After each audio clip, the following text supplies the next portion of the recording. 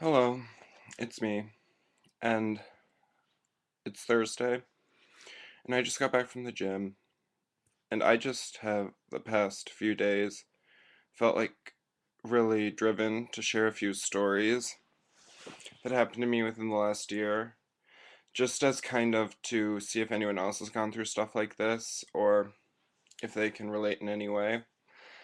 And I'll probably do the two smaller ones in this video and the bigger, more serious one in the next one, but yeah. So for my first story, this actually happened last Monday on Valentine's Day. As I mentioned before, I work at Rainbow, which is fun. It's a nice job, and I got to leave early just because they didn't need any more help. So I left at like 9:30. And so I was driving home and my pants were like all scrunched up around the waistline, so I tried to pull them up, but the light knob on the car I drive is right by my knee, so I guess I accidentally hit it while the lights were on when it was dark out. And I didn't notice it at first, so I drove, and this was all within a mile of Rainbow, and all of a sudden I see cop lights behind me. And I'd never been pulled over before in almost the 2 years, no, 3 years of me driving. So I just thought, well, I should pull over so they can pass me because my mom told me you were supposed to do something like that. So I pulled over and they followed me, which I guess I was a little nervous because I didn't know what I had done, but I'm also a naive driver, somewhat, so I could have really done anything. And so he came up and asked for my driver's license and stuff and said that I was getting a ticket because I had my light off, which I had turned back on after about a second of noticing that it was off. And so I gave it to him and I didn't get a ticket, luckily, but it was just one of those situations where it kind of gets you down because I was already having a horrible day just because of like being so stressed out with work and trying to work out and church and school and stuff. It was just a rough day. And yeah. So my second story, I guess, happened in January, the end of January. I partially already talked about this. So I have, as I've said before, I have like the most childish taste in every single thing possible. And so I'm a really big fan of the TV show iCarly because I think it's just like I'm into random comedy, which is basically what that show is based off of. And so I'm a fan of Miranda Cosgrove. Not necessarily her music a ton, but her. And some of her songs are good. So I heard she was coming, and I knew she wasn't like the most popular person for people to go see. So I thought, maybe I'll go. And so I bought a meet and greet pass. Um, so I went there to meet her, and the only concerts I had ever been to in my life were I went with my parents to a church band one, which I guess doesn't really count. I went to a Demi Lovato one, which is my first concert like by myself. I went to Miley.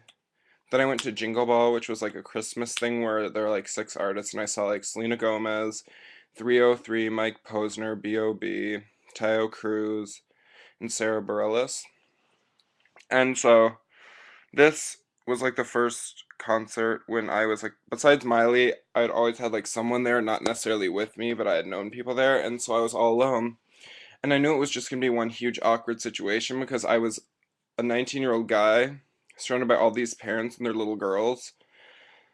So I just thought that people were probably gonna think I was like a creep.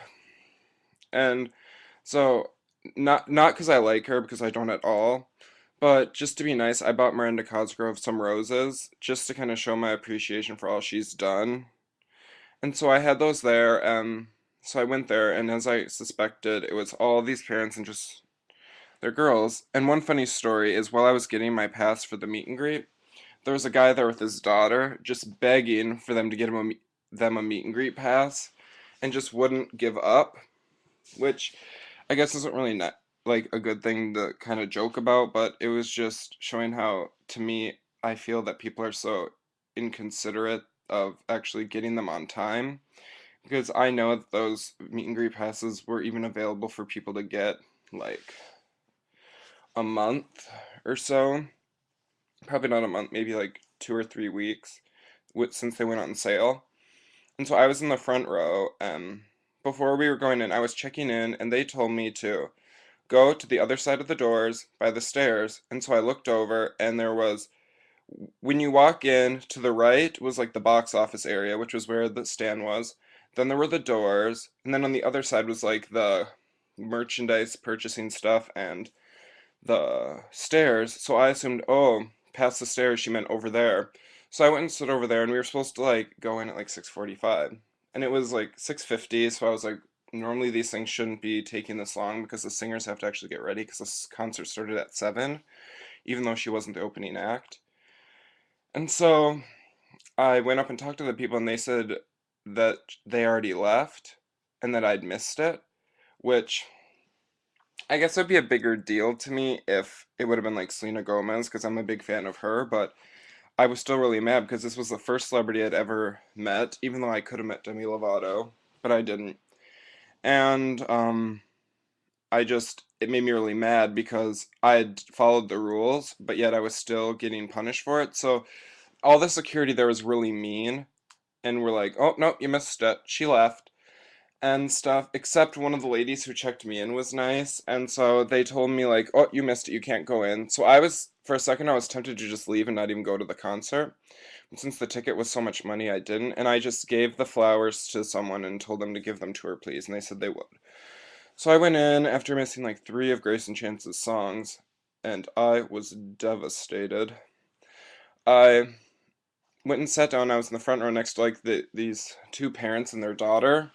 And so he was singing, and he like came down into the aisle like right next to me, and it was kind of awkward because he, even though he's like 12, was trying to flirt with all the girls.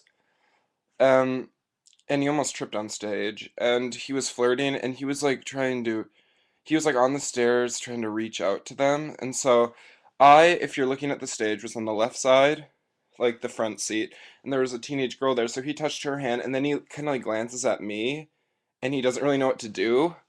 So he just kind of turns around and goes back up on stage, which made me laugh because, yeah, because it was another reason to show that I probably wasn't even supposed to go.